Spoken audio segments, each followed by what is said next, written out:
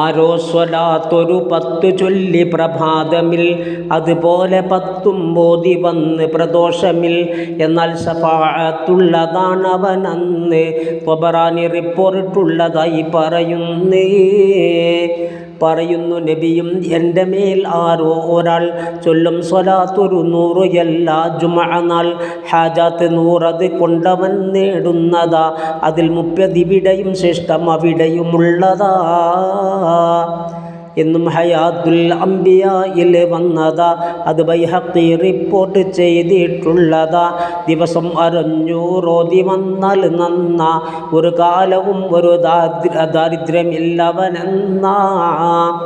തിരുമുസ്തഫ നബി തങ്ങളിൽ നിന്നുള്ളത് എന്ന ഖസീന വ്യക്തമായി പറയുന്നത്. കുരുകൊക്കെയും അഴിയുന്നതാണിത് കൊണ്ട്, അതിനധികമായി നീ ചൊല്ലുവാൻ വിധിയുണ്ട്. സ്ഥാനത്തിനെന്തോ ഹാനി വന്നാൽ പിന്നെ ഇത് കൂടുതൽ നീ ചൊല്ലിയാൽ മതി പൊന്നേ.